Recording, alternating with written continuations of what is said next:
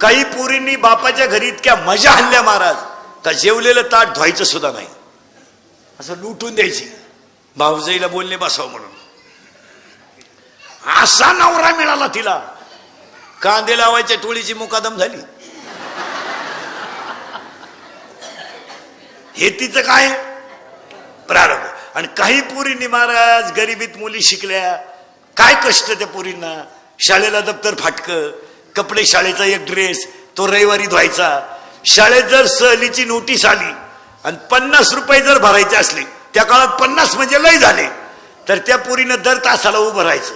का माझी आई मला 50 रुपये देईल हो, पण माझ्या आईला कुणाच्या तरी शेतात कामाला जावं लागेल आणि ते मला पटणार नाही, मला सहलीला.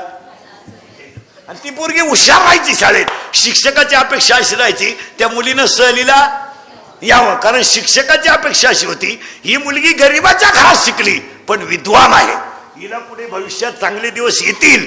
आणि त्या मुलींना सहलीला पैसे नव्हते, त्या पोरींचं प्रारब्ध बदललं महाराज. असा नवरा मिळाला त्यांना का कमराला कपाटाच्या चाव्या आल्या आणि घरातले कारभार त्यांच्याकडे गेले.